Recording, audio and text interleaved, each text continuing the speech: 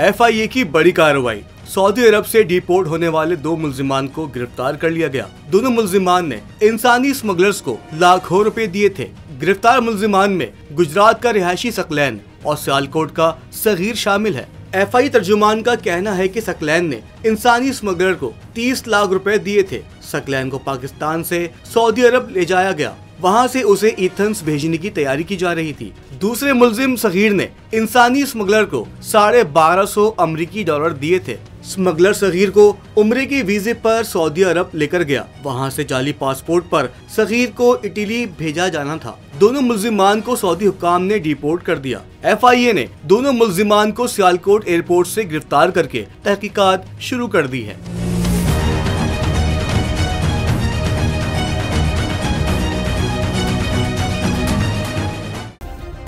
Subscribe करें और bell दबाएं ताकि कोई खबर रह न जाए।